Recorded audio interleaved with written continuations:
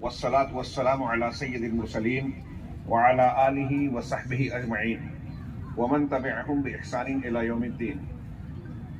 أعوذ بالله من الشيطان الرجيم. بسم الله الرحمن الرحيم.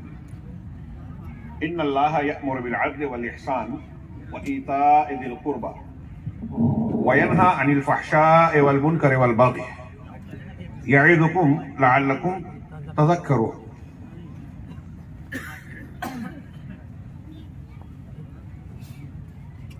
جمعیت اہل حدیث گجرات کے ناظم اعلیٰ محترم جناب عبد الوہاب صاحب مدنی حفظہ اللہ، جمعیت اہل حدیث کچھ کے ناظم اعلیٰ محترم جناب غالباً عبد الرشید صاحب، عبد الخالق صاحب سلفی، اور آپ کا اسم گرامی صدر محترم ناظم اعلیٰ، جمعیت کے مختلف ذمہ داران، جامعہ سلفیہ رحیمیہ پچھمی نگر کے ذمہ داران، اساتذہ کرام، طلباء گرامی، میرے بزرگوں، دینی بھائیوں، مجھے الفاظ نہیں مل رہے ہیں کہ اپنے جذبات کا اظہار کیسے کروں کہ اللہ رب العالمین نے یہ عظیم سعادت اور توفیق سے نوازا کہ آج مجھے یہ موقع ملا کہ اس خوبصورت بزم میں جامعہ سلفیہ رحیمیہ کے سالانہ پروگرام میں اللہ نے شرکت کا موقع فراہم کیا۔ اللہ کے بعد آپ منتظمین کا بھی میں شکر گزار ہوں۔ بڑا خوبصورت پروگرام جسے سنتے ہوئے ہاگا کہ میں آخری حصے میں یہاں پہنچا ہوں، یہ میری بدقسمتی، اور طلباء کے خطابات بطور خاص سننے کے دوران میرا دل اچھل رہا تھا کہ اس علاقے میں بھی ماشاءاللہ ایسا نتھرا ہوا ذوق، علمی جذبہ، ایسا انتخاب، ایسا انداز اور یہ جذبات پائے جاتے ہیں۔ اللہ رب العالمین سے دل سے دعا نکل رہی تھی اس کے جناب اور بارگاہ میں کہ پروردگار اس مرکز کو، جامعہ سلفیہ رحیمیہ کو توحید و سنت کا ایک اعلیٰ دعوتی مرکز بنا دے۔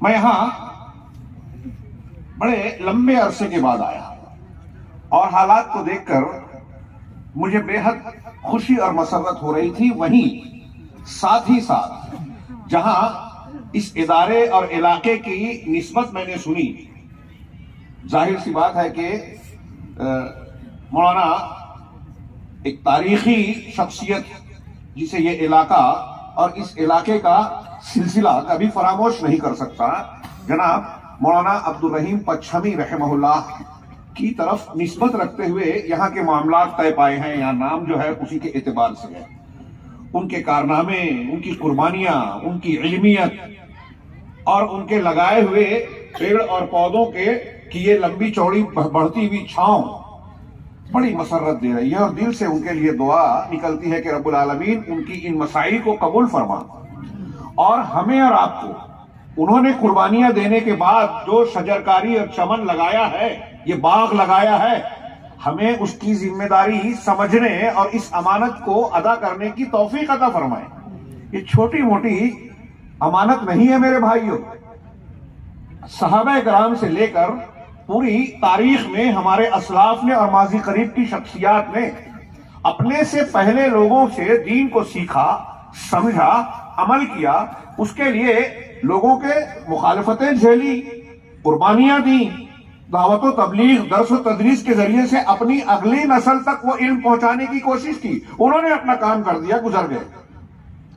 اب یہ ہماری ذمہ داری ہے کہ یہ امانت ہمارے پاس ہے، ہم اس کی کتنی قدر و قیمت کرتے ہیں، اس کا کتنا حق ادا کرتے ہیں، اور اپنی اگلی نسل کو کیا ہم اس ایمانداری، محنت، خلوص کے ساتھ اس امانت کو منتقل کرتے ہیں جس ایمانداری اور خلوص کے ساتھ ہمارے بزرگوں نے، اکابر نے ہم تک یہ امانت پہنچائی ہے۔ یہ جو ادارے ہیں آج جس کے ایک سالانہ اجلاس میں ہم لوگ شریک ہونے کا موقع پا رہے ہیں اللہ کی توفیق سے، اللہ ہمارے جمع ہونے کو قبول فرمائے. ان بچوں کی حوصلہ افزائی، اساتذہ کی حوصلہ افزائی، قدردانی، یہ بھی بہت ہی قیمتی اور مفید چیز نظر آئی مجھے اس ادارے میں. اور آپ حضرات کا یہ جذبہ، تو اس ادارے یا یہ ادارے جو ہیں اسی امانت کی حفاظت اور اس امانت کو اپنے اوپر نافذ کر کے اگلی نسل تک پہنچانے کی کوشش کا ایک حصہ ہے.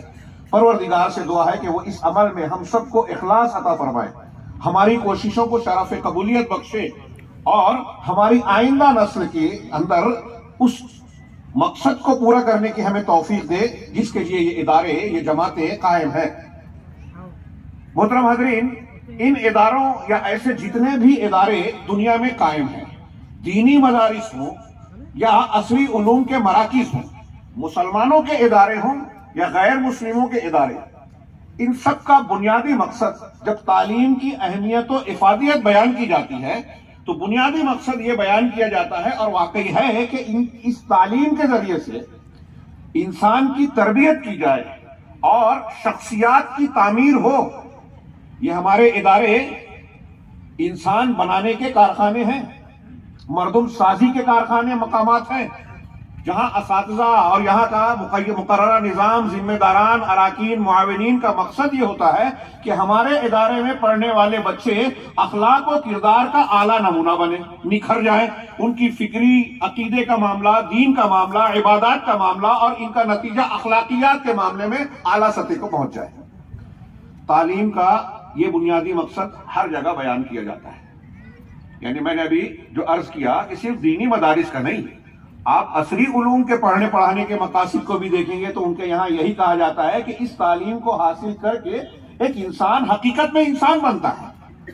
ہاں، دنیا میں لوگوں کو، دنیا میں جتنی بھی چیزیں ہیں استعمال کی، کھانے پینے کی جو نعمتیں ہیں، اشیاء ہیں، یا کوئی انسان جسے بناتا ہے وہ کتنی فائدہ مند ہے، کتنی نقصان دہ ہے، وہ اچھی ہے یا بری ہے، اس بات کو طے کرنے کے لیے معیار کیا ہے؟ انسان کے اوپر آزمایا جاتا ہے کہ دنیا کی چیزیں کسی انسان کے لیے کتنی فائدہ مند ہے، سماج کے لیے کتنی مضر ہے، نقصان دہ ہے، تو یہ طے ہوتا ہے کہ وہ اچھی ہے یا بری ہے. تو چیزوں کو پرکھنے کے لیے معیار انسان ہے، لیکن انسان کو پرکھنے کے لیے معیار کیا ہے؟ ہم کو اور آپ کو کس بنیاد پہ کہا جاتا ہے کہ یہ اچھا ہے، یہ برا ہے، یہ پسندیدہ ہے، یہ ناپسندیدہ ہے، یہ قابل محبت ہے اور یہ قابل نفرت ہے؟ کن بنیادوں پہ انسان کو پرکھا جاتا ہے؟ اگر میں کہوں تو شاید غلط نہ ہو کہ وہ بنیاد ہے اخلاق، کہ ایک انسان کے اخلاق و کردار کیسے ہیں، اس بنیاد پر یہ طے ہوتا ہے کہ وہ اچھا ہے یا برا ہے. یعنی انسان کو پرکھنے کا معیار اخلاقی اقدار ہیں، اصول، ضابطے ہیں. میں خاص طور سے ان طلبہ سے اور جو فارغ ہو کر باہر سے آئے ہیں، میں اپنی بات کو بڑھانے سے پہلے ایک بات سوچ رہا تھا، شیخ عبدالوہاب صاحب سے پوچھ رہا تھا، شیخ سلیمان صاحب سے پوچھ رہا تھا کہ یہاں کی تعلیم جو ہے وہ 2 ہی کلاس ہے، اور ہمارے جو بچے جن کی حوصلہ افزائی کی جا رہی ہے ان کو باہر سے بھیج کر واپس بلایا گیا ہے. ظاہر سی بات ہے کہ یہاں ایک کلاس میں جتنے طلبہ پڑھتے ہوں گے ان کی پوری تعداد تو باہر تعلیم حاصل کرنے نہیں جا پاتی ہوگی، اس میں کچھ نہ کچھ دینی تعلیم کے انقطاع کا، تسلسل کے ٹوٹ جانے کا شکار ہوتے ہوں گے.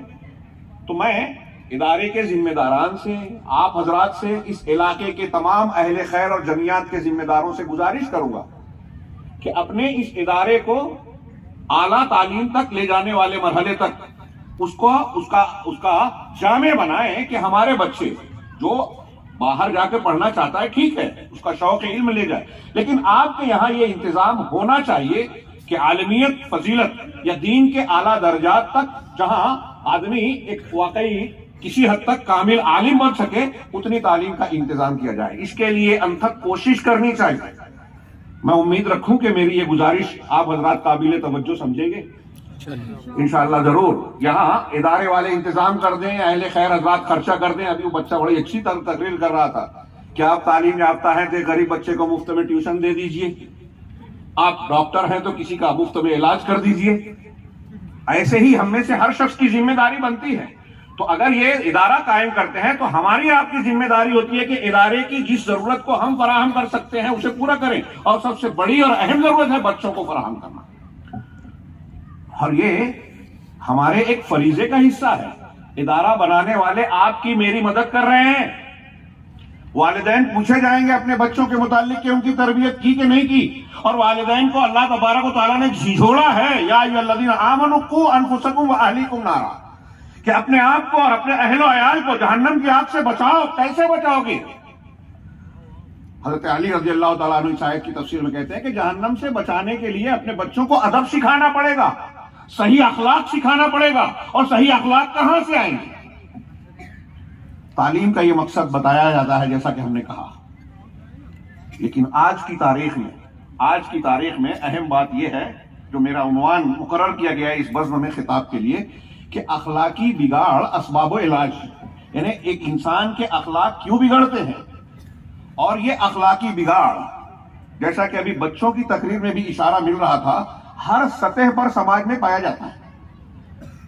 عام انسان جو بہت نچلی سطح پر ہے، غریب ہے، جاہل ہے، صرف ان کے اندر نہیں ہے اخلاقی بگاڑ، جو پڑھے لکھے ہیں وہ بھی پڑھ لکھنے کے بعد اچھے انسان نہیں بن رہے ہیں۔ یہ بات آج کے زمانے کے لیے بہت بڑا سوال ہے، کوسچن مارک ہے، کہ تعلیم کے جو مقاصد بیان کیے جاتے ہیں، بڑی بڑی یونیورسٹیاں، بڑی بڑی ڈگریاں لوگ پڑھا رہے ہیں، دے رہے ہیں، لیکن ایسا لگتا ہے کہ یہ تعلیمی ادارے اب تعلیم و تربیت نہیں کرتے، انسان کی تعمیر نہیں کرتے، بلکہ ڈگری کی دکان ہو گئے ہیں۔ تعلیم کا مقصد صرف معاشی استحکام، اچھی اعلیٰ اونچی ڈگری حاصل کر کے منصب اور اونچی سے اونچی نوکری حاصل کرنا، یہ بن گیا۔ یہ کبھی تعلیم کا مقصد حقیقی ہے ہی نہیں، رہا ہی نہیں ہے، اور اسلام اور مسلمانوں میں تو بالکل نہیں رہا۔ تعلیم اس مقصد کے لیے نہیں ہے، تعلیم انسانیت کی اور انسان کی تعمیر، اخلاق کو بہتر سے بہتر اور اعلیٰ سے اعلیٰ بنانے کے لیے دی جاتی ہے۔ اب آج یہ جو رونا ہم رو رہے ہیں، جو عنوان مجھے دیا گیا ہے، یہ پوری دنیا کے لیے یہ عنوان ہے، الگ الگ انداز میں ہر اسٹیج سے، مسلمان ہی نہیں غیر مسلموں کے یہاں بھی یہ ماتم کیا جا رہا ہے کہ اخلاقیات اور اخلاقی اقدار کو ہر جگہ قتل کیا جا رہا ہے۔ میں نے کہا چھوٹے لوگ ہی نہیں، پڑھے لکھے لوگ بھی، پڑھانے والے بھی، منصب والے بھی، حکمراں بھی۔ ابھی ہم نے دیکھا مختلف واقعات اور خبروں کے تناظر میں، نیتنیاہو مہذب دنیا کہلاتی ہے، دنیا کے بہت سارے لوگوں کو یہ دکھائی دے رہا تھا کہ فلسطین کے مظلومین کو مارا جا رہا ہے، بچے، عورتیں، بوڑھے، بے قصور لوگ اس کا شکار ہو رہے ہیں، بموں کا، گولیوں کا، حملوں کا، لیکن مہذب دنیا کے کانوں پر جوں نہیں رہیں گی۔ 15 سے 16 مہینے تک بمباری کا سلسلہ جاری رہا، درد مند دل ان مناظر کو دیکھ نہیں پا رہے تھے، اپنے آنسو روک نہیں پا رہے تھے، لیکن نیتنیاہو، ڈونلڈ ٹرمپ اور ان کے ہم نوا اس کو جائز ٹھہرانے کے لیے ہیلے بہانے ڈھونڈتے ہیں، ان کے لیے میڈیا ان کا ساتھ دیتا ہے۔ صرف اس ایک واقعے کے آئینے میں دیکھیے تو بڑے بڑے حکمراں، ذرائع ابلاغ، میڈیا جدید ترین ترقیات کے باوجود اخلاقی معیار پر انتہائی گرے ہوئے، انتہائی پست نظر آتے ہیں، انسانیت ان کے اندر بچی ہی نہیں ہے۔ جنگل کا قانون کہتے ہیں نا کہ طاقتور کمزور کو دبوچ لیتا ہے، پھاڑ کھاتا ہے۔ یہ دنیا میں مہذب انسانوں کے درمیان بھی چل رہا ہے۔ ٹرمپ صاحب آنے کے بعد کہتے ہیں کہ غزہ پر ہم قبضہ کر لیں گے، ہمارا تسلط ہوگا حصت کی بنیاد پر۔ فلسطینیوں کو ان کی زمین سے محروم کر دیا گیا ہے، حقوق انسان کے چارٹر ہے، اقوام متحدہ ہے، نہ جانے کیا کیا، امن کی ٹھیکیداری اور حقوق انسانی کی ٹھیکیداری کا دعویٰ کیا جاتا ہے، لیکن اخلاقیات کا معاملہ یہاں آ کے دیکھتے ہیں کہ بالکل صاف ہو جاتا ہے۔ مظلومین کو ان کا حق دلانے کے لیے برسہ برس گزر جانے کے بعد صرف زبانی جمع خرچ ہوتی ہے، میٹنگیں ہوتی ہیں، سیمینار ہوتے ہیں، پروگرام ہوتے ہیں، جھوٹے ڈھکوسلے دیے جاتے ہیں، عمل نہیں ہوتا، حقدار کو حق نہیں دیا جاتا۔ اس سے پتہ چلا، یہ میں اشارہ کر رہا ہوں کہ بڑے بڑے سطح سے لے کر اخلاقی پستی اور انحطاط کا دور، اخلاقی بگاڑ پایا جاتا ہے۔ قتل کر رہے ہیں، جھوٹ بولتے ہیں، چوری کر رہے ہیں، اپنے مقاصد کو حاصل کرنے کے لیے لوگوں کو غلط طریقے سے انفارمیشن دیتے ہیں، میڈیا بھی اس میں شامل ہوتا ہے، ذرائع ابلاغ شامل ہوتے ہیں، جدید ترقیات اور اسباب استعمال کیے جاتے ہیں، جس کے بعد جتنی طاقت ہے وہ اتنا بڑا جھوٹ بولتا ہے، لوگوں کو استعمال کرتا ہے، چال بازیاں اختیار کی جاتی ہیں، اپنے مقاصد کے حاصل کرنے کے لیے مخالف کے لوگوں کو، بچوں کو گمراہ کیا جاتا ہے، مسلمانوں کو بطور خاص نصاب تعلیم کو زہر آلود بنایا جاتا ہے، فلمیں بنائی جاتی ہے اپنے مقاصد کو حاصل کرنے کے لیے، تشدد کو عام کرنے کے لیے، ہتھیاروں کی فروخت کے لیے کہ ہم ہتھیار بنا رہے ہیں تو ہتھیار اگر لوگوں کو ضرورت نہیں ہوگی تو خریدے گا کون؟ اس لیے جنگیں کروائی جائے، جنگ ہوگی تو ہتھیار کی ضرورت پیش آئے گی، ہتھیار کی ضرورت ہوگی تو ہماری تجارت اور کاروبار چلے گا۔ ہر جگہ پر یہی ہے۔ دوا بنا لی تو اب بیمار نہیں ہے تو دوا کیسے بیچی جائے گی؟ تو پہلے بیماری کو پھیلایا جائے. ابھی کورونا کے ٹائم ایک زاویہ یہ بھی آیا تھا سامنے کہ دوا بیچنے کے لیے پہلے بیماری پھیلائی جائے. یہ کون سا اخلاق ہے؟ کون سا علم اور تربیت ہے؟ تو اوپر سے لے کے نیچے تک میرا وقت بہت محدود ہے، اس لیے اس حالات کے تناظر کو میں صرف اشارہ کر کے آگے بڑھ رہا ہوں. غیر مسلموں کی بات تو سمجھ میں آتی ہے. غیر اسلامی دنیا کا اخلاقی گراوٹ میں پڑ جانا، اخلاقی بحران کا شکار ہونا، یہ تو سمجھ میں آتا ہے، اس لیے کہ ان کے پاس مؤثر اخلاق مندی کی تعلیم بنیاد حقیقت میں نہیں ہے. یہ میں ایسے ہی ہوائی دعویٰ نہیں کر رہا ہوں. وقت ہوتا تو اس پر تفصیلی گفتگو کرتا کہ اگرچہ دنیا کے سارے مذاہب میں آپ کو کچھ نہ کچھ اچھائیوں کی، اخلاقیات کی تعلیم ملے گی، لیکن اسلام اس سلسلے میں دو بنیادی خوبیاں دھیان رکھیے. ایک تو یہ کہ اس کے اندر وہ بنیاد ہے جس کے پڑھنے اور جس پر تربیت کرنے کے بعد ایک انسان پر اثر پڑتا ہے کہ وہ سوچتا ہے کہ میں اچھا بنوں، بننا پڑتا ہے. یعنی مؤثر تاثیر والا طریقہ تربیت صرف اسلام کے پاس ہے. ایک وہ کیسے، ابھی تھوڑی سی وضاحت آگے ہوگی. اور دوسرے یہ کہ اسلام کا اخلاقی نظام اور اخلاقیات کا تصور انتہائی جامع ہے. یہاں توازن ہے، اعتدال ہے، فطرت کی مطابقت ہے. اب دوسری جگہوں پر جہاں اچھائیوں کی تعلیم ہے وہاں یہی نہیں پتہ چلتا کئی جگہ پر کہ یہ اخلاق کے خلاف ہے. کپڑے اتار رہے ہیں، ریمپ پہ چل رہے ہیں، کہتے ہیں کہ یہ تو آزادی ہے. مطلب ان کے یہاں وہ برائی ہی نہیں ہے. فیشن کے نام پہ، آرٹ کے نام پہ، جدیدیت کے نام پر برائیاں اچھائیاں بن گئی، ان کو اچھائی بنا کر پیش کیا جاتا ہے. کل تک جو برا تھا آج وہ اچھا بن گیا. راستہ چلتے ہوئے مرد اور عورت کا ناجائز طور سے ایک دوسرے سے ملنا جلنا، جسمانی تعلق قائم کرنا یورپ امریکہ میں عام بات ہے. غیر مسلم دنیا میں دیکھیے، وہاں آج ماں باپ کو بوجھ سمجھ کر جو ہے اولڈ ایج ہوم میں، دارالضعفاء میں بھیجا جاتا تھا. یورپ امریکہ میں عام تھا. ابھی مجھے پتا چلا کہ ادھر بھی بڑے شہروں میں، ہندوستان میں بھی بہت تیزی سے معاملہ بڑھ رہا ہے. خاص طور سے غیر مسلموں میں کہ بوڑھے ماں باپ ہو گئے ہیں تو یہ کچرا ہے، گھر میں ہمارے لیے رکاوٹ ہے، انہیں اولڈ ایج ہوم بھیج دیا جائے، ہم اپنی آزاد زندگی گزاریں. اور پھر اس کا عمل اور رد عمل کا یہ برائیوں کی شکل میں نمودار ہو رہا ہے کہ کچھ نوجوان یہ سوچتے ہیں کہ ہم شادی کیوں کریں، بچہ پیدا ہو گے اس کے لیے ہم قربانیاں دیں گے، پراپرٹی بنائیں گے اور وہ پراپرٹی پر قبضہ کر کے جب بوڑھے ہونے پر ہم کو یہاں گھر سے نکال دے گا. کتنی بد اخلاقیاں جڑی ہوئی ہیں اس سے. نشے پر ابھی آپ خطاب سن رہے تھے، پوری دنیا کا ایک ٹینشن ہے، مختلف قسم کے نشے اور نشہ آور چیزوں کا، بزنس بھی، بیماریاں بھی، خرید و فروخت بھی، اور اس سے متعلقہ بہت سارے جرائم.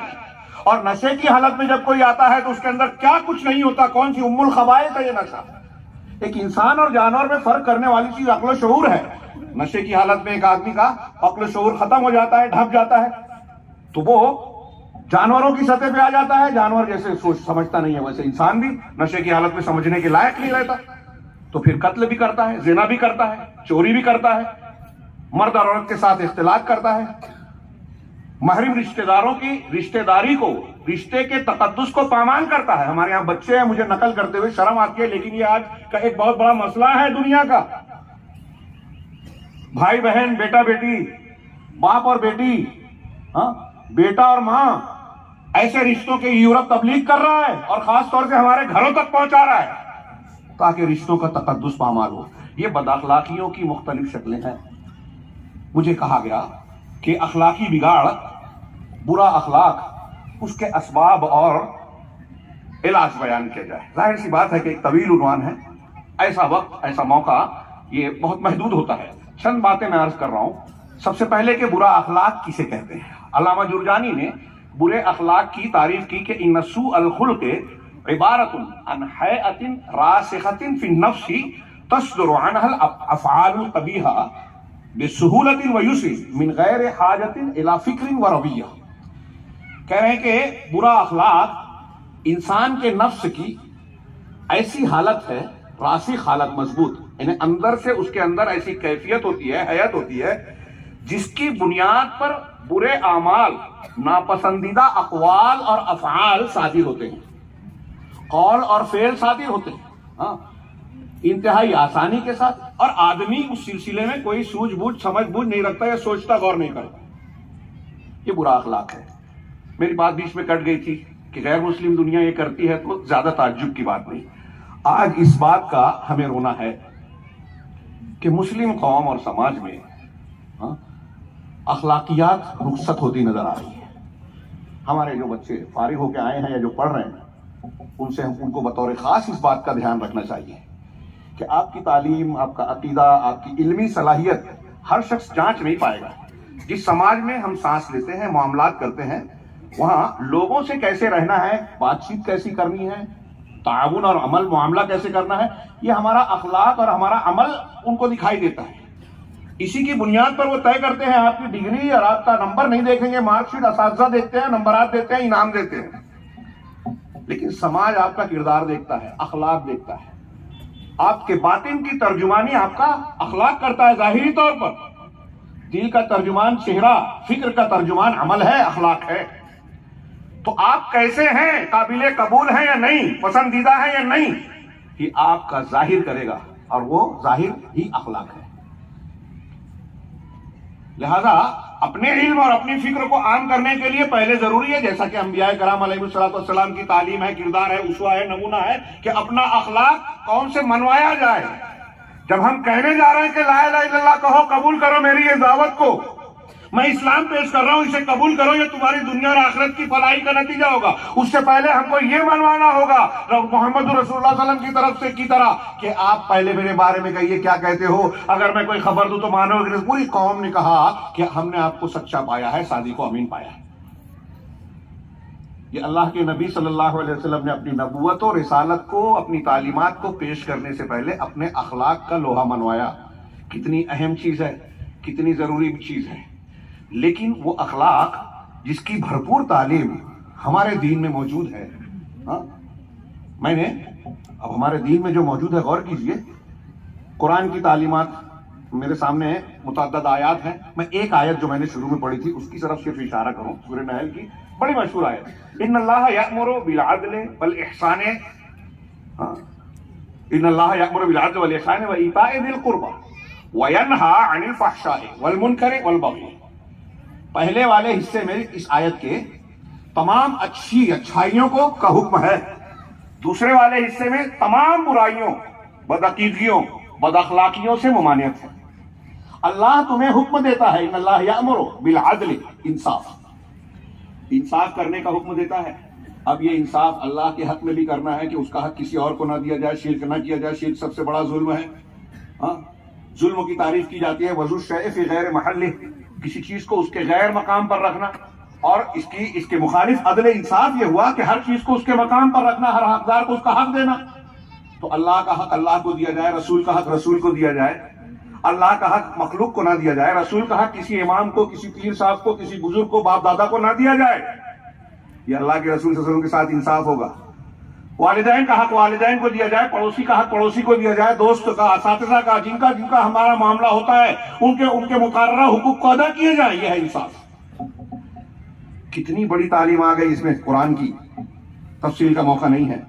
عدل کے ساتھ اللہ نے الاحسان کا حکم دیا. احسان کا ایک ترجمہ کرتے ہیں ہم حسن سلوک. حسن سلوک، ان اللہ کتب الاحسان علی کل شیء، اللہ نے ہر چیز پر حسن سلوک کو لکھ رکھا ہے. فَإِذَا قتلتم فاحسنوا القتل واذا ذبحتم فاحسنوا الذبح. صحیح مسلم کی شداد بن اوس کی مشہور حدیث رضی اللہ عنہ کہ جب تم قتل کرو تو قتل میں بھی احسان کرو. ذبح کرو جانور کو تو اس میں بھی احسان کرو. ذبح کرنے سے پہلے چھری کو تیز کر لو اچھی طریقے سے. اپنے جانور کو کم سے کم تکلیف دو، آرام دو اسے. یہاں تک احسان کرو تو یہ حسن سلوک ہے. احسان کا معنی یہ ہے، ایک احسان کا معنی یہ ہے کہ انصاف آپ کرنا ہے. یعنی آپ کو مجھے 10 روپیہ دینا ہے تو میں 10 روپیہ دوں، یہ انصاف ہے. لیکن مجھے 10 روپیہ دینا ہے تو میں 10 روپیے سے بڑھ کر 12 روپیہ دوں، یہ احسان ہے. ہم پر فرض ہے کہ 5 وقت کی نمازیں پڑھیں، اس کے بعد تہجد پڑھ رہے ہیں، چاشت پڑھ رہے ہیں، یہ احسان کے عمل میں آئے گا. تو جو حق ہے اس سے بڑھ کر دینا یہ اور زیادہ فائدہ مند ہے. قرآن میں اس کا حکم دیا گیا. ایک آدمی کے اوپر آپ کو غصہ آیا، آپ اس کو غصے کا انتقام لے سکتے ہیں، معاف کر دیا. معاف کرنے کے بعد آپ اسے اور تحفے تحائف دے رہے ہیں، یہ احسان ہوا. یہ اخلاق کی اعلیٰ تعلیم ہے. تفصیلی موقع نہیں ہے.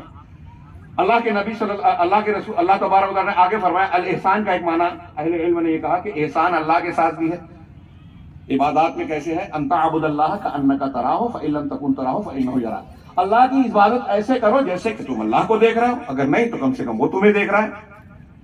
اور یہ ایک تصور انسان کے اخلاق کو اندر سے سدھارتا ہے۔ اخلاق کے سدھار کا میں نے ابھی ایک ذکر کیا تھا کہ صرف مسلمانوں کے پاس اخلاقی تعلیم و تربیت کا مؤثر ذریعہ اور بنیاد ہے، اور وہ کیا ہے؟ یہی خیال کہ اللہ ہمیں دیکھ رہا ہے، اللہ کا ڈر، اللہ کا خوف، دل میں عقیدہ توحید کا ہونا۔ نبی صلی اللہ علیہ وسلم تزکیہ اور تربیت کی اسی بنیاد پر عمل کرتے تھے۔ غور کیجئے، میرے پاس وقت نہیں ہوگا اس لیے یہی یہ بات کہوں کہ آپ غور کیجئے صحابہ کرام مسلمان ہونے سے پہلے کیسے تھے اور مسلمان ہونے کے بعد کیسے ہو گئے۔ تھوڑی دیر کے لیے غور کیجئے، عصبیت، تعصب، انتقامی کارروائی کیسی تھی ان کے اندر کہ قبیلے کے کسی آدمی کو کسی نے تکلیف دے دی تو اس قبیلے اور اس قبیلے میں جنگ چھڑتی تھی، 40 سال تک جنگیں چلتی تھی۔ صرف عصبیت، میرے قبیلے کا آدمی، میرے خاندان کا آدمی ہے، میں انتقام لوں گا، انتقام نہ لینا بے عزتی کی بات مانی جاتی ہے۔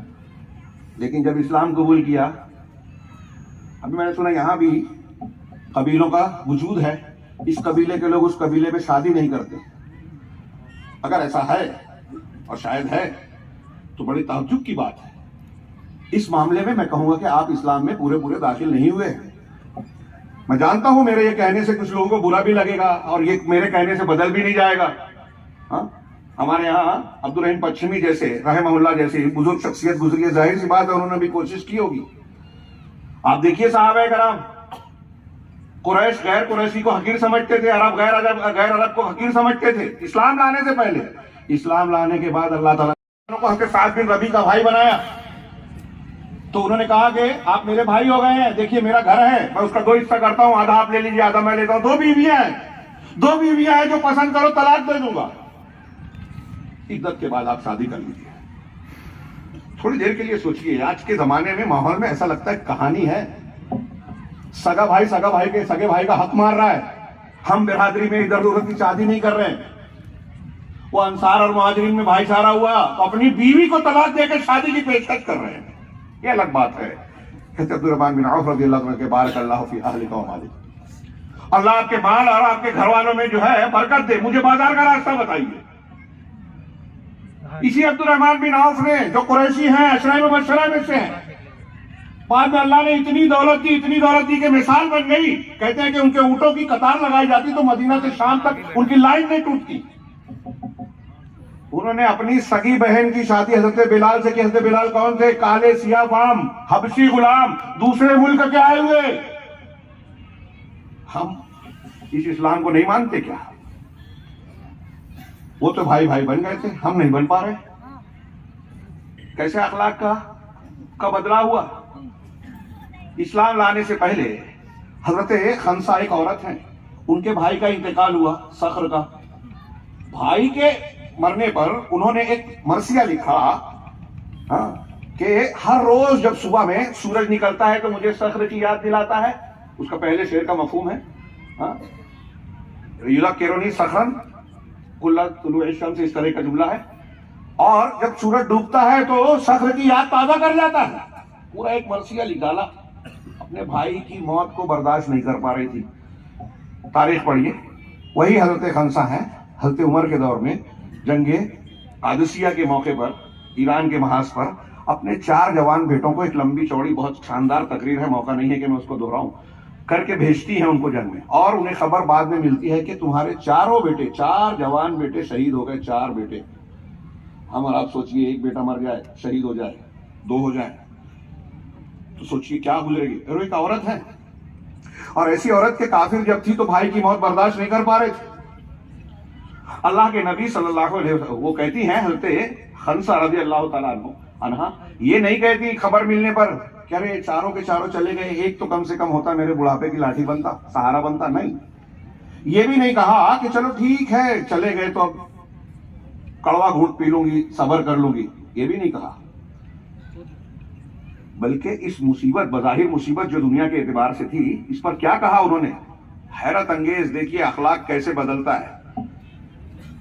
انہوں نے کہا 4 کی وفات اور شہادت کی خبر ملنے پہ کہا الحمدللہ الذی اکرمنی بشہادت، تمام تعریف اس اللہ کے لیے ہے جس نے میرے بیٹوں کی شہادت کے ذریعے مجھے عزت دی۔ ایک عورت کہہ رہی ہے یہ صبر کا مقام ہے اور یہاں شکر ادا کیا جا رہا ہے، اعلیٰ ترین اخلاق. جو لوگ صبر نہیں کر پاتے تھے وہ صبر ہی نہیں بلکہ صبر کے مقام پر شکر ادا کر رہے ہیں.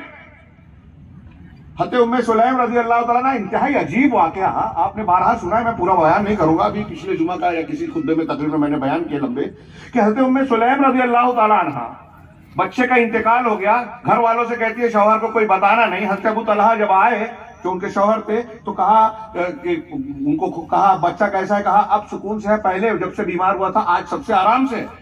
انہیں کھانا تیار کر کے دیا، خوشبو لگائی، ان کے ساتھ جسمانی تعلق. ایک عورت، سوچئے بیٹے کا انتقال ہوا ہے، سوچئے ہمیں آج کے زمانے میں اور خاص طور سے ہندوستان کے ماحول میں ہم سوچ نہیں سکتے، ایک عورت جو ہے اس کا بیٹا مر گیا، اپنے شوہر کو کھانا کھلا رہی ہے بن سنور کر.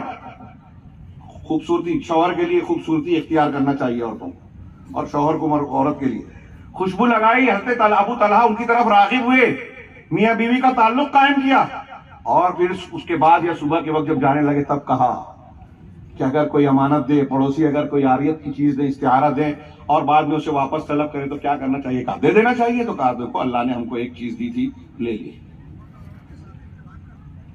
تھوڑی دیر کے لیے سوچئے میرے بھائیوں، جو بھی سامعین ہیں، تصور کیجئے ہمارے گھر میں اگر ایسا ہو تو کیا ہم ایسا کردار بتا سکتے ہیں؟ صبر، جہاں مصیبت ہے وہاں صبر کا کتنا اعلیٰ مقام ہے. کوئی سوگ نہیں، ایک عورت، وہ بھی ایک خاتون، حضرت ام سلیم. ایسے واقعات سے ہماری تاریخ مقابلہ نہیں کر سکتا. سچائی دیکھیے تو ایسا لگتا ہے کہ آپ دنیا میں سچائی کو اعلیٰ تک، کمال تک پہنچانے کے لیے آئے تھے. بہادری دیکھیے تو محمد رسول اللہ صلی اللہ علیہ وسلم کے جیسا بہادر پوری انسانی تاریخ میں کوئی نہیں ہے.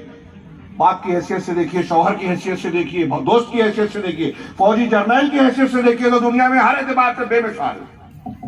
خودداری، طاقت قوت مل جانے کے بعد کمزوروں کو معاف کر دینا، اپنے لیے ذاتی طور پہ انتقام نہ لینا، صبر کی اعلیٰ مثال بن جانا، العزمی اور انتہائی ہمت اور استقلال کا مظاہرہ کرنا، ظلم نہ کرنا، معاف کر دینا، غصے پر قابو کرنا، یہ سب اخلاقیات ہیں.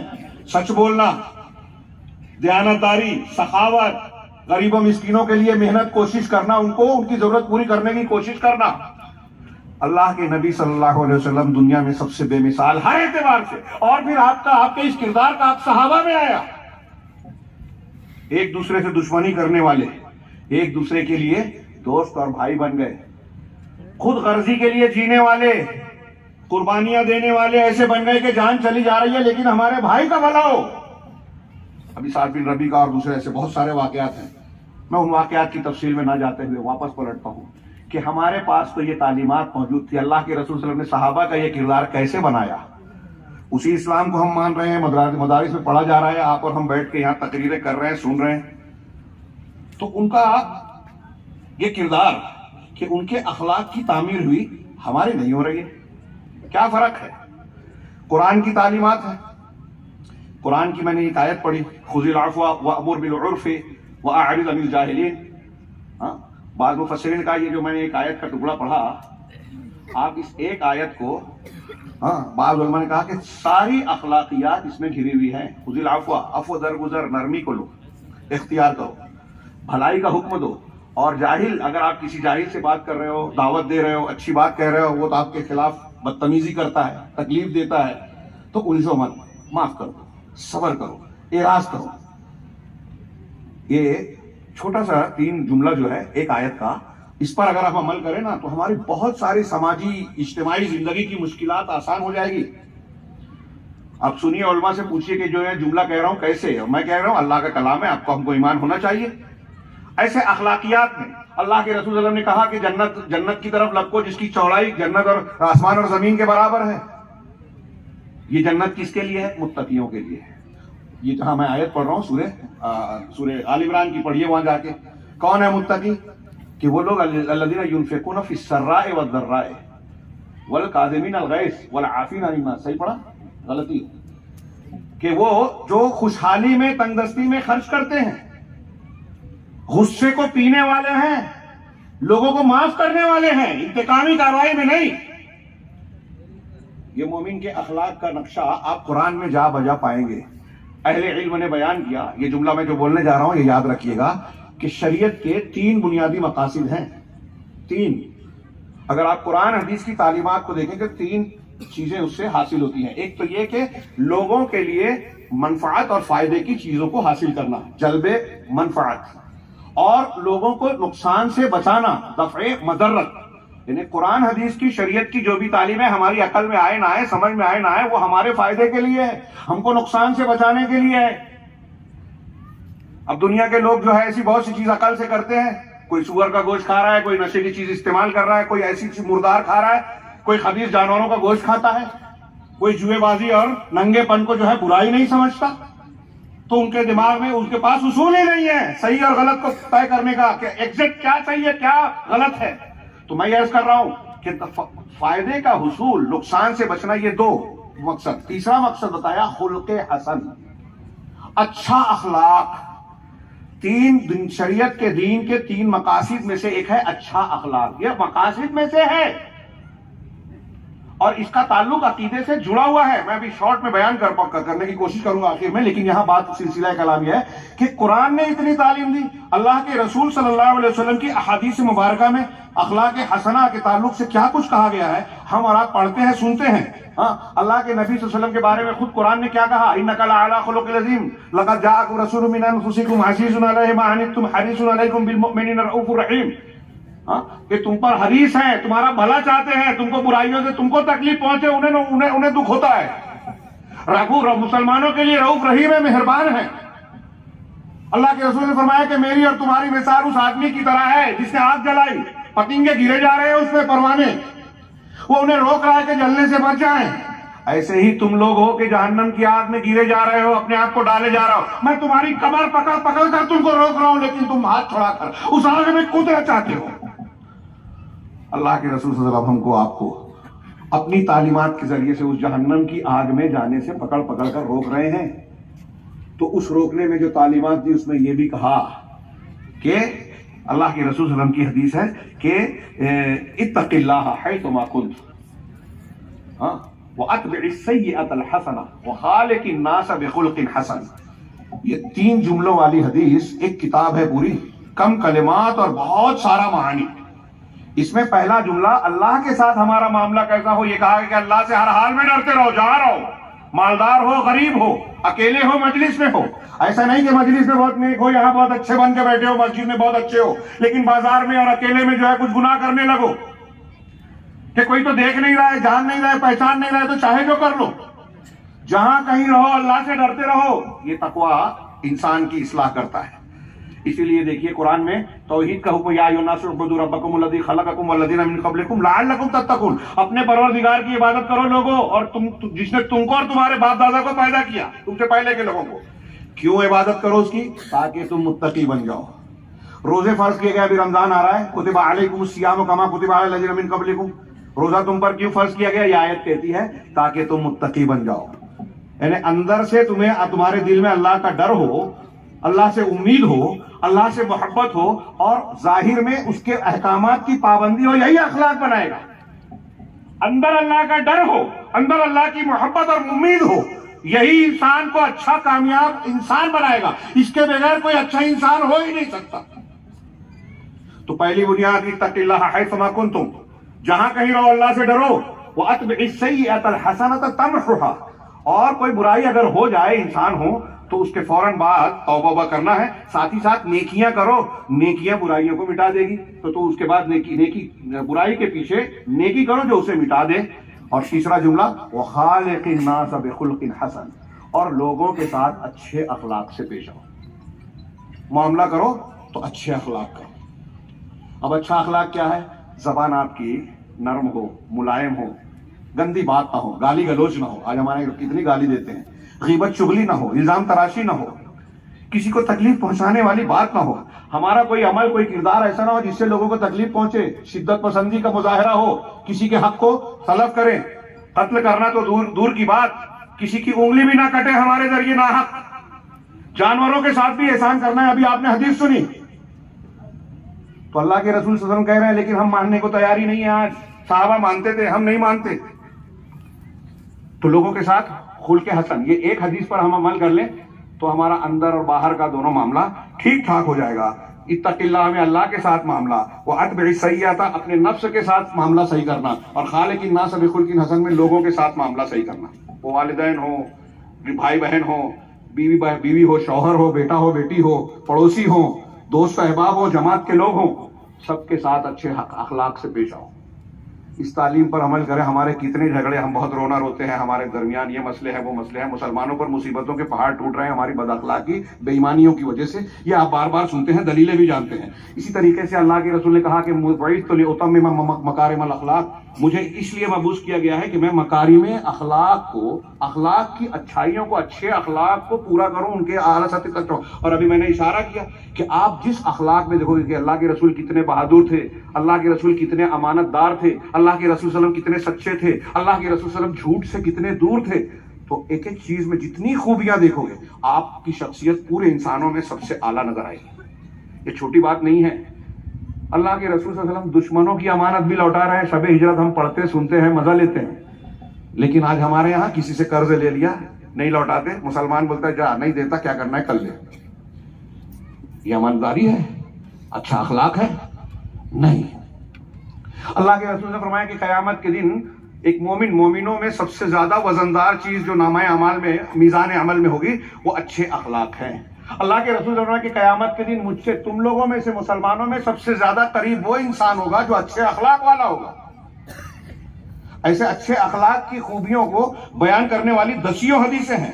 اللہ کے رسول صلی اللہ علیہ وسلم نے سے پوچھا گیا کہ سب سے زیادہ جنت پہ جہنم میں ڈالنے والی چیز کون سی ہے؟ تو آپ نے کہا الفم والفرج، منہ اور شرمگاہ. اور جنت میں ڈالنے والی چیز کون سی ہے؟ تو کہا تقوی اور حسن خلق. اللہ کا تقوی اور حسن اخلاق، اچھا اخلاق جنت میں ڈالنے والی ہے. تم میں سب سے بہترین وہ ہے جو اپنے گھر والوں کے لیے اچھا ہو. آپ باہر بہت اچھے اخلاق والے ہیں، اسٹیج پہ آ کے مولانا ابو رضوان ہیں اور یہ ہیں وہ ہیں، دور سے آئے ابھی بیان کر رہے تھے. لیکن میرا اخلاق کیا ہے یہ میری بیوی بچے زیادہ اچھا جانتے ہیں. دور سے آپ کو میں بہت بڑا لگتا ہوں، لیکن میری خامیاں، کمزوریاں، خرابیاں یہ وہ لوگ جانتے ہیں جو میرے قریب ہیں. صرف نبی کریم صلی اللہ علیہ وسلم کے بارے میں ایک یورپ کا آدمی کہتا ہے کہ دنیا میں کوئی شخص اپنے قریبی لوگوں میں ہیرو نہیں ہوتا، بڑا نہیں ہوتا، کیونکہ قریب کے لوگ اس کی برائیوں کو جانتے ہیں، خامیوں کو جانتے ہیں. لیکن اسی آدمی نے کہا، یورپ کے غالباً والٹر نام تھا اس کا، اس نے کہا کہ محمد صلی اللہ علیہ وسلم کی شخصیت کا معاملہ اس قاعدے سے ایک دم الگ ہے. وہ یہ کہ آپ سے جو جتنا زیادہ قریب ہوا وہ اتنی زیادہ محبت کرنے والا بنا، وہ اتنی محبت کرنے والا. حضرت خدیجہ الکبریٰ کو دیکھیے، 2 شوہر کا تجربہ ہے، تیسرے شوہر ہیں آپ. جب آپ پر پہلی وحی نازل ہوئی تو کیا کہا؟ مجھے اپنے پر خوف ہے. کہا کلا لا یخزیک اللہ، ایسا ہو ہی نہیں سکتا، اللہ آپ کو رسوا نہیں کرے گا. یہ سبق ہے ہمارے لیے. اچھا اخلاق ہوگا تو اللہ رسوا نہیں کرے گا. یہ خدیجہ الکبریٰ جانتی تھی. یہ اللہ کا قانون قدرت ہے سماج میں کہ جو اچھا ہوتا ہے اس کا برا انجام نہیں ہوتا. آج جو لوگ بھی بد اخلاقی کر رہے ہیں، کسی کے گھر پہ بلڈوزر چلا رہے ہیں، کہیں مسجد میں مندر تلاش کر رہے ہیں، کہیں کوئی اور چیز ہو رہی ہے، اگر ان کے اخلاق غلط ہیں، طاقت کے نشے میں وہ ظلم کر رہے ہیں، کمزوروں کا حق چھین رہے ہیں، زمینیں چھین کر کسی ادیوگ پتی کو دے رہے ہیں، تو یاد رکھیں کہ ان کے آنسو ضائع نہیں جائیں گے جو مظلوم ہیں. اچھے اخلاق آپ کو اپنے بچانے کے لیے ضروری ہے. برے اخلاق اگر آپ نے اختیار کیے تو آپ کی آج طاقت کل آپ کی مصیبت بن جائے گی. یہ اللہ کے نبی صلی اللہ علیہ وسلم اور دنیا قانون قدرت اور تاریخ بھی. حضرت خدیجہ الکبریٰ وہی کہہ رہے ہیں کہ آپ تو ایسے ہیں جو مہمانوں کی مہمان نوازی کرتے ہیں، غریبوں کی مدد کرتے ہیں، مظلومین کو ان کا حق دلانے کی کوشش کرتے ہیں، یتیم اور صلہ رشتوں کو جوڑتے ہیں. جس کا ایسا اخلاق ہو وہ کبھی رسوا نہیں ہو سکتا، اللہ اس کو بے عزت نہیں کرے گا. آج ہم مسلمان بے عزت ہو رہے ہیں، اس کا مطلب یہ کہ ہمارا وہ اخلاق نہیں ہے. ہم رشتوں کو جوڑ نہیں رہے ہیں، ہم کمزوروں کا سہارا نہیں بنتے، ہم مہمانوں کی مہمان نوازی جیسی ہونی چاہیے نہیں کرتے، یتیموں کے کام نہیں آ رہے ہیں ہمارے پڑوس میں، بلکہ ہمارے گھر میں کوئی محروم ہے. ایک بھائی جو ہے وہ کروڑوں میں ہے، نفل کی عمرہ اور حج کرتا ہے، اور دوسرے بھائی کا گھر کی چھت ٹپکتا ہے، اپنے بچے کو تعلیم نہیں دے پاتا، وہ اس کو جھانکنے کے لیے تیار نہیں ہے. تو پھر اللہ تبارک و تعالیٰ رسوا تو کرے گا نا. رسوا نہیں کرنا ہے تو اچھا اخلاق، یہ حدیث بتاتی ہے. اب یہاں موضوع کا وہ پہلو آخری طور پر، حالانکہ کچھ پہلوؤں کو چھوڑ رہا ہوں، مجھے لگتا ہے میرا وقت بہت کم بچا ہوگا یا ختم ہو رہا ہوگا، کہ برے اخلاق کیوں پھیلتے ہیں. علامہ ابن قیم رحمہ اللہ کی بات کو پیش کر کے، کیونکہ انہوں نے بہت ساری لمبی چوڑی بات کو شارٹ میں کھینچ دیا ہے. علامہ ابن قیم کہتے ہیں کہ جتنے بھی گرے پڑے اخلاق اور بد اخلاقی کی چیزیں ہیں، ہاں، اس کے پیدا ہونے کی وجہ، ان کا منشا، مصدر اور اس کی بنیاد جو ہوتی ہے 4 چیزوں پر ہوتی ہے. یہ علامہ ابن قیم کہہ رہے ہیں، الگ الگ اعتبار سے تجزیہ کر سکتے ہیں. وہ 4 چیزیں کیا ہے؟ الجہل، جہالت، دوسرا الظلم، ظلم، تیسرا الشہوہ، چوتھا الغضب. یہ 4 چیزیں بیان کی ہیں. اب ان 4 چیزوں کے ضمن میں تفصیل میں جائیں. شیخ میرے پاس ٹائم بچا ہے، ختم ہو گئے؟ ہاں، جزاکم اللہ خیر. اخلاقیات میں اگر ہم تفصیل میں جائیں تو اس میں سے ہر ایک کے اندر اور کئی چیزیں آئیں گی. جیسے پہلی وجہ جو علامہ ابن قیم نے بتائی، الجہل، اس کی تشریح انہوں نے ایک لائن میں صرف کی ہے. کیا کہا انہوں نے؟ فالجہل یریہ الحسن فی صورت القبیح والقبیح فی صورت الحسن والکمال نقصا والنقص کمالا. کہ جہالت انسان کو اس کی نظر میں اچھی چیز کو برا دکھاتی ہے، بری چیز کو اچھا دکھاتی ہے، ہاں، اور کمال کو، جو خوبی ہے، اس کو نقص اور خامی بتاتی ہے، جو خامی ہے اس کو خوبی بتاتی ہے. آج کی دنیا میں دیکھ لیجئے، ننگا پن خامی ہے، آج لوگ خوبی بتا رہے ہیں. نشے کی چیزیں، یا یوں کہہ لیجئے کہ ماں باپ کو گھر سے نکال دینا، اور ایسی بہت سی چیزیں جو آج دیکھ رہے ہیں ہم لوگ. تو کچھ چیزوں کو جیسے جھوٹ بولنا تو سب برا سمجھتے ہیں، لیکن ایسے کئی گناہ آج ہم دیکھ رہے ہیں اپنے بیچ میں کہ اس کو گناہ سمجھا ہی نہیں جاتا. کیوں؟ یہ جہالت ہے. جہالت پیمانوں کو تبدیل کر دیتی ہے. کس چیز سے جہالت؟ یہاں اس کی تشریح نہیں ہے، میں خاص طور سے اس کی تشریح کرنا چاہتا ہوں، اور میں اس تقریر کا، اپنی بات کا مغز اس کو مانتا ہوں کہ جہالت توحید سے، جہالت رسول اللہ صلی اللہ علیہ وسلم کی تعلیمات سے، جہالت اس تعلیم سے جو اس مدرسے میں دی جاتی ہے. دنیا کے علوم اپنے اپنے فائدے اور اپنی منفعت اور حیثیت اہمیت رکھتے ہیں، لیکن انسان کو انسان بنانے کے لیے اللہ تبارک و تعالیٰ نے جس علم کو اتارا، علم وحی، وہ نبیوں کے ذریعے سے آئی، وہ ان مدارس میں پڑھائی جا رہی ہے، وہ ہمارے اور آپ کے پاس ہے. آج قرآن حدیث کی شکل میں سب سے خالص تعلیم ہمارے پاس ہے، اور اس میں توحید خالص، انسان کو بنانے والی سب سے اہم چیز توحید ہے، سب سے اہم چیز. کاش کہ مجھے پاس وقت ہوتا تو میں اس کے 20 مثال دیتا. ایک حدیث کی طرف اشارہ کروں. حضرت ابو مسعود انصاری رضی اللہ تعالیٰ عنہ، میرا خیال ہے بخاری مسلم یا دونوں میں سے ایک میں ہے، کسی بات پر اپنے غلام سے غصہ ہو گئے، ناراض ہو گئے. سوچئے، طاقتور ہے، غلام ہے تو ماتحت ہے. تو غصے میں آ کر انہوں نے ہنٹر اٹھا لیا، کوڑا مارنے کے لیے. ابھی ہاتھ کھینچا ہی تھا ان کو مارنے کے لیے کہ پیچھے سے آواز آئی کہ جتنا تم اس غلام پر قدرت رکھتے ہو اس سے زیادہ اللہ تمہارے اوپر قدرت رکھتا ہے. اتنا جملہ سنا تھا، اتنا جملہ سنا ابو مسعود انصاری نے، ان کے ہاتھ سے ہنٹر چھوٹ گیا. آج ہم لوگوں کو کوئی تقریر کر دے، ہم کو فرق نہیں پڑتا. بہن کا حق نہیں دے رہے ہیں، بہت مولانا صاحب بہت لمبی چوڑی تقریر کر کے حدیثیں سنا کے، قرآن کی آیتیں سنا کے سمجھائیں، ہم فرق ہی نہیں پڑتا. جھگڑا ہو رہا ہے، جھگڑا ختم نہیں ہوتا، بولنے کو اہل حدیث ہے، لیکن میں جس سے ناراض ہوں معافی نہیں کرتا اس کو. والدین سے ناراض ہوں، بات چیت نہیں ہے، کمال ہے. ابو مسعود، میرا سوال یہ ہے کہ ہم نہیں مانتے ابو مسعود انصاری رضی اللہ تعالیٰ عنہ کے ہاتھ سے ہنٹر چھوٹ گیا. کیوں؟ اللہ کا ڈر تھا، توحید تھی، اللہ کو مانتے تھے. ہم نہیں مانتے، بولتے ضرور ہیں. پلٹ کے دیکھا تو آواز کس کی تھی؟ جناب محمد رسول اللہ صلی اللہ علیہ وسلم کی. حضرت ابو مسعود نے کہا کہ اللہ کے رسول، میں معافی چاہتا ہوں اس سے بھی، اور اس کی کفارے کے لیے میں ابھی کے ابھی اس غلام کو آزاد کرتا ہوں. مجھے اللہ کا ڈر ہے کہ وہ مجھے پکڑ نہ لے. ابو ذر غفاری نے اپنے غلام کو ایسے برا بھلا کہہ دیا، تماشا. اللہ کے رسول صلی اللہ علیہ وسلم نے کہہ دیا، فرمایا کہ ابو ذر تمہارے اندر ابھی جاہلیت ہے، تم اپنے غلام کو ایسے حقیر سمجھ رہے ہو. تو کہا ٹھیک ہے. آج کے بعد غلام سے معافی مانگی، اپنا گال زمین پر رکھا اور کہا میرے اوپر پیر رکھو تاکہ میں اپنے آپ کو، اپنی حیثیت کو پہچانوں. اور اس کے بعد سے ابو ذر غفاری کا یہ طریقہ تھا کہ جو کپڑا خود پہنتے اپنے غلام کو بھی وہی پہناتے، جو سواری اپنے لیے لیتے اپنے غلام کے لیے بھی بالکل برابری کا حق دیتے. کیا بات تھی. ہم اور آپ پڑھتے ہیں نا، سنتے ہیں نا کہانی کی طرح کہ حضرت عمر فاروق، حضرت ابوبکر صدیق رضی اللہ عنہما رات کو گشت کرتے تھے کہ کوئی بھوکا تو نہیں ہے، کوئی ضرورت مند تو نہیں ہے. زچکی والی عورت ہے تو اپنی بیوی کو لے جا کے زچکی کروائی، بیت المال سے ضرورت کا سامان پہنچایا. یہ بھی نہیں بتایا کہ میں امیر المومنین ہوں، وہ کہہ رہا ہے کہ امیر المومنین کو آپ کے جیسا ہونا چاہیے، بتایا نہیں کہ میں ہی ہوں۔ کیوں؟ حضرت عمر فاروق رات میں گشت لگا رہے ہیں، کتنی بڑی حکومت تھی۔ آج چھوٹا سا عہدیدار اگر کوئی بن جاتا ہے کارپوریشن میں، میونسپلٹی میں، اسمبلی میں، تو وہ زمین سے، جھوپڑے سے 1 سال کے اندر بلڈنگ میں آ جاتا ہے، لاکھوں کی پراپرٹی ہو جاتی ہے، اور لوگ سمجھتے ہیں اس کا حق ہے۔ اور وہاں ہم دیکھتے ہیں کہ پہلے امیر تھے، حضرت عمر بن عبدالعزیز خلیفہ بننے کے بعد غریب ہو گئے، پوری دولت دے دی بیت المال میں۔ الٹا کیوں ہے؟ یہ اللہ کا ڈر، یہی ان کے اندر احساس جواب دہی پیدا کرتا تھا کہ اللہ نے مجھ سے پوچھا، حضرت عمر سے پوچھا کہ آپ کیوں اتنا راتوں میں بے چین رہتے ہیں، لوگوں کے حالات قیامت کے دن اگر اللہ نے پوچھ لیا کہ عمر تو امیر المومنین تھا، تیری ذمہ داری میں فلاں بھوکا تھا، فلاں مظلوم تھا، تو نے اس کے حق پرسے، اس کے مزاج پرسی کیوں نہیں کی، تو میں کیا جواب دوں گا؟ وہی عمر فاروق جن کو 12 جنت کی بشارت زبان رسالت سے ملی تھی، جس گلی سے گزرے شیطان بھاگ جائے، اللہ تعالیٰ نے ان کی کئی باتوں کی تائید میں قرآن کی آیتیں نازل کی۔ وہ کہتے ہیں کہ اگر قیامت کے دن اللہ تبارک و تعالیٰ مجھے، بخاری میں لمبی چوڑی بحث ہے ان کی اور ان کے بیٹے کی، ابو موسیٰ اشعری کے بیٹے کے درمیان، کہ حضرت ابو موسیٰ اشعری سے کہتے ہیں، آخری جملہ حضرت عمر کا اس مکالمے میں، وہ کہتے ہیں کہ قیامت کے دن اللہ رب العالمین مجھے جنت نہ دیتا چل جائے گا، لیکن میں یہ چاہتا ہوں کہ مجھے جہنم سے نجات دے دیتا۔ علامہ ابن رجب نے کہا، ایک روایت نقل کی کہ عمر فاروق کہتے ہیں کہ اگر قیامت کے دن اللہ کی طرف سے یہ اعلان ہو کہ اللہ نے ایک آدمی کو چھوڑ کے سب کو معاف کر دیا، تو میں سوچوں گا کہ وہ ایک آدمی کہیں میں تو نہیں ہوں۔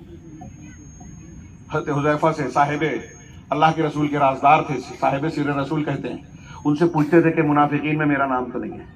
یہ میں کیوں بیان کر رہا ہوں؟ اس سے کہانی کے لیے نہیں، توحید اور اللہ تبارک و تعالیٰ کے سامنے جواب دینے کے خیال سے ان کے اخلاق پر کیا اثر پڑا، جواب دہی کا احساس۔ آج ہمارے یہاں اگر کوئی کسی کا گھر لوٹ رہا ہے، کسی کے گھر پر بلڈوزر چلا رہا ہے، ہم اور آپ میں سے کوئی شخص کسی کمزور کا حق مارتا ہے، اپنی بہن اور بیٹی کا حق مارتا ہے، کسی بیوہ کے اور یتیم کے حق پر ہاتھ ڈالتا ہے، تو کیا سمجھتا ہے، کیوں کرتا ہے وہ؟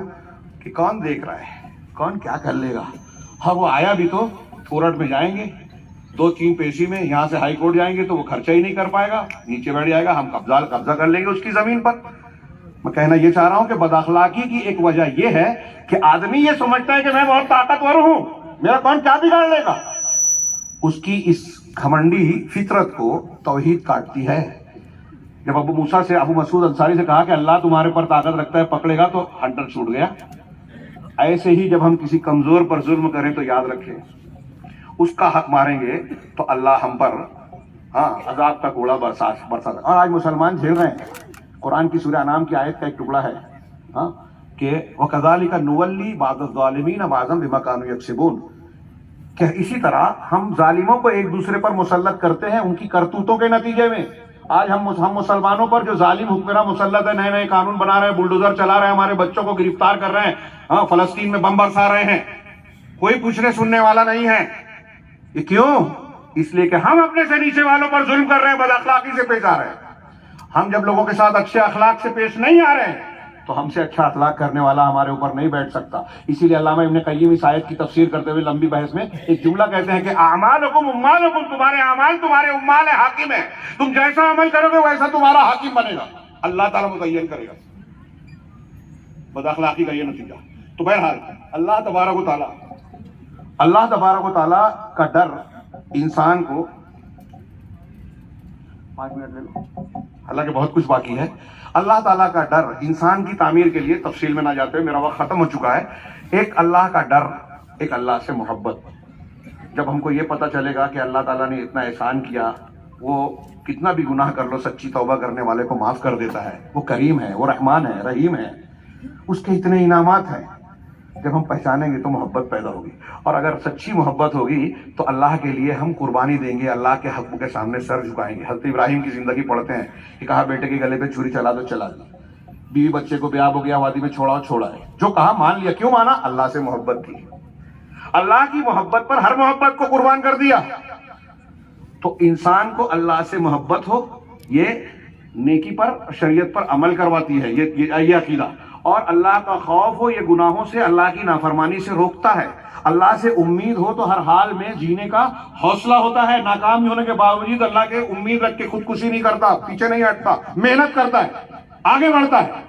یہ 3 چیزیں ایسی ہیں میرے بھائیوں جو ہر انسان کو، ہر مومن کو پکا مومن اور بااخلاق اور مضبوط اخلاق والا بناتی ہے۔ اور آج ہمارے یہاں مسلمانوں میں جو بد اخلاقی ہے، ہم دیکھتے ہیں کہ فلاں جماعت فضائل پہ محنت کر رہی ہے، فلاں اسلامی حکومت تیار کرنے کی بات کرتی ہے، فلاں یہ، لیکن وہ غیر مسلموں کی طرح جھوٹ بھی بولتے ہیں، جھوٹا پروپیگنڈا کرتے ہیں، مسلمانوں کے لیے حق کو جو ہے مسلمانوں کے تعلق سے جو اہل حق ہیں ان کے خلاف جھوٹ بولتے ہیں، الزامات لگاتے ہیں، لوگوں کو بدگمان کرتے ہیں، بدعت اور جھوٹی حدیثیں بیان کرتے ہیں، بدعت کی تائید کرتے ہیں، سنت کی مخالفت کرتے ہیں، روافض کی تائید کرتے ہیں، اہل توحید کی مخالفت کرتے ہیں۔ تو یہ توحید کے خلاف ہے، اس کا مطلب اللہ کا ڈر نہیں ہے، تربیت نہیں ہے۔ اللہ کے رسول صلی اللہ علیہ وسلم نے صحابہ کی تربیت کی عقیدے پر، اور آج بہت سارے مسلمان اس پر زور ہی نہیں دیتے، پڑھتے ہی نہیں، جماعتیں دعوت و تبلیغ کا کام کر رہی ہیں اور توحید پتہ ہی نہیں ہے، توحید سے شروعات ہی نہیں کرتے۔ تو توحید انسان کی سب سے بہتر تعمیر کرتی ہے، پھر رسول اللہ صلی اللہ علیہ وسلم سے محبت، پھر آخرت میں جواب دہی کا خوف۔ اس کے لیے تفصیل کا موقع نہیں ہے کہ آپ کو یہ ڈر ہو کہ جہنم کا عذاب ہے، قیامت کے دن اللہ حساب و کتاب کرے گا۔ انشاءاللہ کل جمعہ کا خطبہ اس سے متعلق میں دینے کی کوشش کروں گا، ہاں اگر ارباب ذمہ داروں نے کہا تو آخرت کا خوف، جہنم کا خوف، اللہ کے سامنے کھڑے ہونے کا خوف۔ کیا وجہ تھی کہ غامدیہ ماعز اسلمی آ کے کہہ رہے ہیں کہ مجھ سے زنا ہو گیا، مجھے سزا دیجیے، پتھر سے مار مار کے مار ڈالیے۔ سوچئے کوئی عورت، کوئی آدمی ایسا کرے گا؟ حضرت ماعز اسلمی نے کیا، حضرت غامدیہ نے کیا، جوہینہ کی خاتون نے کیا، اور اپنا آپ کو رجم کروایا، کسی نے شکایت نہیں کی تھی، خود ہی پیش کیا۔ کیوں؟ اللہ کا ڈر، قیامت کے اور آخرت کے یا جہنم کے عذاب سے بچنے کا جذبہ، یہ انسان کو اچھا انسان بناتا ہے۔ تو اخلاق کی خرابی کی ایک وجہ جہالت ہے، دوسرا ظلم ہے۔ اس ظلم میں تکبر بھی ہو سکتا ہے، کمزوروں کا حق مارنا۔ ہاں، آدمی ظلم جب کرتا ہے تو جو حق ہے، جہاں خوش ہونا چاہیے وہاں ناراض ہوتا ہے، جہاں نرم بات کرنا چاہیے وہاں سخت بات کرتا ہے، جہاں سخت کرنا چاہیے وہاں نرم کرتا ہے۔ ہاں، یہ جہالت اور ظلم ایک دوسرے سے ملا ہوا ہے، اور یہی ساری خرابیوں کی جڑ اور بنیاد۔ انہ کان ظلوما جہولا کے تحت پڑھیے تفسیر۔ تو جہاں اب دیکھیے آج کتنے لوگ ہیں، بدعت پہ سختی کرنی چاہیے تو وہاں نرمی کرتے ہیں۔ ارے کرنے تو اپنے اپنے اعتبار سے، اللہ کے رسول، صحابہ، تابعین نے بدعت پر نرمی نہیں برتی، وہاں لوگ نرمی برتتے ہیں۔ اور جہاں نرمی برتنا چاہیے وہاں سختی برتتے ہیں، کہ جو مسلمانوں کو، نوجوانوں کو جوش میں لایا جائے، جھونک دیا جائے، مصیبت میں ڈال دیا جائے۔ ٹائم نہیں ہے کہ میں اس پہ جاؤں۔ تو دوسری وجہ ہے ظلم و زیادتی، اس میں تکبر بھی ہے۔ تکبر کی وجہ سے ابلیس نے اللہ کا حکم نہیں مانا، سجدہ کرنے سے انکار کیا۔ تکبر کی وجہ سے فرعون نے موسیٰ علیہ السلام کی دلیلوں کو جان کر بھی نہیں مانا، قرآن نے کہا۔ تکبر کی وجہ سے انبیاء کرام کی امتوں نے انبیاء کی بات نہیں مانی، قرآن میں اللہ نے کہا کلا ان الانسان لیطغی ان رآہ استغنی۔ اخلاقی گراوٹ کی ایک وجہ قرآن نے بتائی کہ ہرگز نہیں، انسان سرکش ہوا جاتا ہے، بگڑا جاتا ہے۔ کیوں؟ ان رآہ استغنی، اپنے آپ کو بے نیاز سمجھتا ہے کہ مجھے کسی کی ضرورت نہیں، حالانکہ ایسا ہے نہیں، یہ اس کی غلط فہمی ہے۔ ان الی ربک الرجع، تمہارے پروردگار کی طرف بھی لوٹ کے جانا ہے، وہ فرعون ہو یا عام انسان ہو، ہر ایک کو جانا ہے۔ تو انسان کو لگتا ہے کہ مجھے کسی کی ضرورت نہیں، اسی لیے گھمنڈی ہوتا ہے، اور گھمنڈ میں جب آتا ہے تو اللہ کی بات نہیں مانتا، رسول کی سنت پر عمل نہیں کرتا، اس کو ٹھکراتا ہے، اس کو حقیر سمجھتا ہے۔ اسی طریقے سے شہوت ہے، زُیِّنَ لِلنَّاسِ حُبُّ الشَّهَوَاتِ مِنَ النِّسَاءِ، وہ آیت پڑھیے کہ انسان کی شہوت کا جذبہ، ہاں، اتباع ہوا اس میں آ جاتی ہے، ہاں، خواہشات نفس کی پیروی کرنا۔ اللہ تبارک و تعالیٰ نے دنیا کو امتحان گاہ بنایا ہے، قرآن میں کہا کہ ہم نے اس زمین کو زینت بنایا ہے، خوبصورت بنایا ہے تاکہ لوگوں کو آزمائیں، اور پھر شہوت انسان کو اس کی طرف کھینچتی ہے۔ اور پھر چوتھی چیز بتائی کہ غصہ۔ اب یہ جو ساری چیزیں ہیں ان کو ملانے کے بعد اسباب بگاڑ کے اسباب کے طور تعلق سے میں ایک انتہائی مختصر بات کہوں گا کہ خارجی طور سے بھی بہت منظم منصوبے کام کر رہے ہیں کہ لوگوں کا اخلاق بگڑ جائے، خاص طور سے مسلمانوں کا۔ مسلمان قوم کے جو نئے نسل کے لڑکے لڑکیاں ہیں وہ دین سے دور ہو جائیں، اچھے اخلاق سے دور ہو جائیں۔ چنانچہ آج ہمارے یہاں جو نیٹ ہے، فلمیں ہیں، ٹی وی چینلز ہیں، اس پہ کیا کیا آ رہا ہے، ایسے مناظر، ایسی فلمیں جس سے ہمارے نوجوانوں میں تشدد کا جذبہ پیدا ہو، تشدد کو اچھا سمجھیں، قتل تک کر دیں، لوگوں کا حق ماریں، عورتوں کے ساتھ میل ملاپ میں کوئی حرج نہ محسوس کریں، کپڑے اتار دینا، ننگا پن پسند کرنے لگیں، یہ برائیوں کا، رشتوں کا تقدس پامال ہو، ایسے مناظر دکھانا جس میں آدمی چوری کرنے کو خوبصورت بنا کے پیش کیا جا رہا ہے، تصویروں کو اچھے انداز میں پیش کیا جا رہا ہے، ہاں، تشدد اور کسی کو انتقام لینا، گروپ بنا کر کسی پر حملہ کر دینا، ہاں، عورتوں سے اختلاط کرنا، مخلوط تعلیم حاصل کرنا، گانا بجانا، موسیقی، ننگا پن، اور پھر ان ساری چیزوں کے ساتھ دین اور شریعت کی تعلیم سے مدرسے سے دور کر دینا، علماء سے دور کر دینا، یہاں تک کہ 5 وقت کی نماز سے دور کر دینا. ابھی ہمارا دینی جلسہ چل رہا ہے، مغرب کی نماز ہو رہی تھی، کئی لوگ ادھر بیٹھے ہوئے تھے. میں نے پوچھا کیوں نہیں جا رہے، تو خاموشی رہی. مجھے نہیں سمجھ میں آیا کہ یہ لوگ کیوں بیٹھے ہوئے ہیں. وضو خانے پہ بھی کوئی بھیڑ بھاڑ نہیں تھی. تو یہ بھی ایک حصہ ہے کہ جو چیز ہماری تعمیر کرتی ہے، یہ نماز ہم کو سدھارتی ہے، ان الصلاۃ تنہی عن الفحشاء والمنکر، اچھا اخلاق بناتی ہے. ہم نے اس کو چھوڑ دیا، اس کو پڑھا بھی تو اس کے مقصد اس کے روح کے ساتھ نہیں پڑھتے، اس لیے اصلاح نہیں ہوتی. تو اللہ تبارک و تعالیٰ نے جو نظام ہمیں دیا ہے تربیت کا، اسے اختیار کیا جائے. اور اس کے بالمقابل آج ہمارے اخلاق کو بگاڑنے کے داخلی اور خارجی اسباب بہت بڑے پیمانے پر کام کر رہے ہیں. ٹی وی چینلز ہیں، فلمیں ہیں. ہمارے چھوٹے بچے جو 4 سال 5 سال کے فلم وہ کارٹون دیکھتے ہیں نا، یہ بات آپ لکھ لیجئے، معلوم کیجئے. ان کارٹونوں کو بنانے پر کروڑوں روپیہ، کروڑوں ڈالر خرچ کیے جاتے ہیں کہ مسلمان بچوں کو بچپن سے ہی دماغ میں تشدد ڈالا جائے. وہ گولی چلانے والا، مرد اور عورت کے تعلق والا ایسی کہانی پر پیش کرتے ہیں کہ آہستہ آہستہ ان کی برین واشنگ ہو، ذہن سازی ہو کہ وہ اس کو غلط نہ سمجھیں. اور اگر کوئی مولوی آگے بولے گا کہ اللہ اور رسول اس سے منع کرتے ہیں، تو بولے گا ارے یہ کیا بات ہے. حدیثوں کی تخفیف کرنا، قرآن کو حقیر سمجھنا، شریعت کی تعلیم کو اپنی لذتوں اور اپنے مزے کے راستے میں رکاوٹ سمجھ کر اس کو ٹھوکریں ماننا، یہ مزاج بنایا جاتا ہے. شریعت کے قوانین پر جو ہے اعتراضات کرنا، تو فلموں سے حملہ ہو رہا ہے، ٹی وی چینل سے ہو رہا ہے، نیٹ سے ہو رہا ہے، اور کارٹون فلموں سے کہاں کہاں سے ہو رہا ہے. میں اس کو بیان نہیں کر سکتا اور آپ تصور نہیں کر سکتے.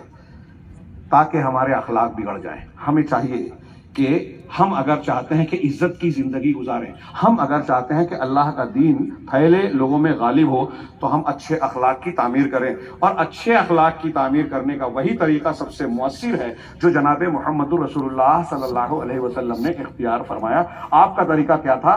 یتلو علیہم آیاتہ ویزکیہم ویعلمہم الکتاب والحکمہ. یہ مختصر سا نصاب ہے کہ قرآن کی تلاوت کی جائے، تزکیہ نفس کیا جائے. تزکیہ نفس کرنے میں سب سے زیادہ اہم چیز ہے صحیح عقیدہ، توحید، آخرت، اللہ کا ڈر، اللہ سے محبت، اللہ کے اسماء و صفات کی تعلیم. اللہ کی جتنی معرفت ہوگی آپ اللہ کی اتنی بندگی کریں گے، اللہ سے اتنا ڈریں گے، اللہ سے اتنی محبت کریں گے، اللہ سے اتنی امید رکھیں گے، اور یہ ساری چیزیں آپ کے اندر خوبیاں پیدا کرے گی، کیونکہ یہی چیز انسان کو اندر سے درست بناتی ہے. ایک آخری بات کہ انسان کے لیے اصلاح کے لیے ضروری ہے کہ اس کا دل صحیح ہو. قرآن اللہ کے رسول نے فرمایا کہ الا ان فی الجسد مضغہ، بہت مشہور حدیث ہے بخاری مسلم کی، آخری حصہ ہے کہ انسان کے جسم میں ایک لوتھڑا ہے، جب یہ صحیح ہوگا تو پورا انسان صحیح ہوگا. اذا صلحت صلح الجسد کلہ واذا فسدت، اور یہ لوتھڑا اگر بگڑ گیا تو پورا فسد الجسد کلہ، پورا دھڑ پورا جسم بگڑ جاتا ہے. اور وہ کیا ہے؟ الا وہی القلب. یہ لوتھڑا دل ہے. دل، اسی دل میں اللہ کی توحید کو بسائیے، اللہ پر بھروسہ کیجئے، اللہ تبارک و تعالیٰ کا ڈر بسائیے، لوگوں کا ڈر نہیں. لوگ کہتے ہیں کہ میں اللہ سے ڈرتا ہوں، کسی سے نہیں، لیکن جب آپ ٹٹولیں گے تو وہ سب سے ڈرتے ہیں، اللہ سے نہیں ڈرتے. کوئی گناہ کر رہا ہے تو ارے جانے دو، مت بولو، کون پھٹے میں، ابھی جھگڑا ہو جائے گا. تو آپ کو لوگوں کا ڈر لگ رہا ہے، اللہ کا ڈر ہوتا تو آپ رد کرتے صحابہ کی طرح، بدعت سے صلح نہیں کرتے. تو یہ دل سدھارنے کی کوشش کیجئے. اس میں لالچ ہے، اس میں حرص ہے، اس میں شرک ہے، اس میں نفاق ہے، اس میں شک ہے، تو آپ کا ہمارا اخلاق اچھا نہیں ہو پائے گا. اس لیے نبی کریم صلی اللہ علیہ وسلم اس کی تعلیم بھی دیتے تھے، تربیت بھی کرتے تھے، تزکیہ کرتے تھے، اور ساتھ ساتھ دعائیں مانگتے تھے. اسی پر میں ختم کرتا ہوں. اللہم آت نفسی تقواہا وزکھا فانک خیر من زکاہا. اے اللہ میرے نفس کو اس کا تقوی دے، اس لیے کہ تو سب سے بہتر وہ ذات ہے جو اس کا تزکیہ اور اس کی صفائی کرتا ہے. یا مقلب القلوب ثبت قلبی علی دینک. حضرت عائشہ سے پوچھا گیا کہ آپ سب سے زیادہ کون سی دعا مانگتے تھے؟ تو کہا آپ زیادہ تر یہ دعا کرتے تھے، اے دلوں کو پھیرنے والے، میرے دل کو اپنے دین پر جو ہے جما دے. اور اللہ کے رسول صلی اللہ علیہ وسلم دعا مانگتے تھے، اللہم انی اعوذ بک من قلب لا یخشع. اے اللہ میں اس دل سے تیری پناہ مانگتا ہوں، مجھے ایسے دل سے بچا، میرا دل ایسا مت بنا جس کے اندر تیری خشیت، عاجزی اور ڈر نہ ہو. جب انسان کا دل ایسا بن جائے کہ اللہ کا ڈر اور خشیت نہ ہو، تو پھر وہ کوئی بھی بد اخلاقی، برائی کر سکتا ہے، ظلم اور زیادتی کر سکتا ہے. اس لیے اپنے آپ کو سدھارنا ہے تو اپنے دل میں خشیت، خشوع، عاجزی اور اللہ تعالیٰ کے سامنے جھک جانے والا، نبی کریم صلی اللہ علیہ وسلم کی اتباع کرنے والا بنائے. میں نے وقت زیادہ لے لیا، حالانکہ ابھی بھی میں سمجھتا ہوں آپ کو بھی محسوس ہو رہا ہوگا کہ باتیں تشنا ہے، مگر نظام ہے اور کچھ وقت کی پابندی بھی کرنی ہے. اس لیے میں معافی بھی چاہتا ہوں تمام لوگوں سے، اور اللہ کا شکر ادا کرنے کے بعد آپ تمام کا شکریہ ادا کر کے اپنی جگہ لیتا ہوں. آخر دعوانا الحمدللہ رب العالمین وصلی اللہ علیہ نبینا محمد.